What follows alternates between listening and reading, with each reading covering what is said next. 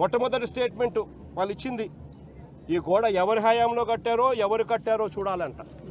మొట్టమొదటి స్టేట్మెంట్ కాదు, మీ హయాంలోనే ఈ వారం రోజుల కిందటనే గోడ కట్టారు అని చెప్పి ఎప్పుడైతే తెలుసుకున్నారో అప్పుడేమంటారు, గోడ అనేది పిల్లలతో కట్టారో, సిమెంట్తో కట్టారో, బ్రిక్స్తో కట్టారో అనేది మాకు తెలియదు కదా అంటారు.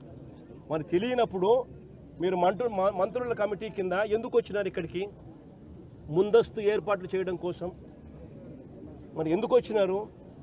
మరి మీ సమక్షంలోనే మీరు ముందస్తు ఏర్పాట్లు చేస్తూ ఉన్న పరిస్థితుల మధ్య ఈ గోడ కట్టడం ఎందుకు చేశారు?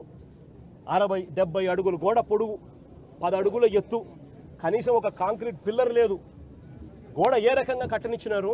కొత్త గోడ అని తెలుసు, రాత్రి వర్షం పడిందని తెలుసు, చందనోత్సవం జరిగే ప్రతిసారి వర్షం పడుతుంది, ప్రతి సంవత్సరం. ఆ సెంటిమెంట్ కూడా మరి వర్షం పడింది అని తెలిసినప్పుడు మరి గోడ పక్కనే మనుషులను ఎందుకు నిలబెట్టారు? ఎక్కడా కూడా తప్పు చేసినాము అని పశ్చాత్తాపం లేదు.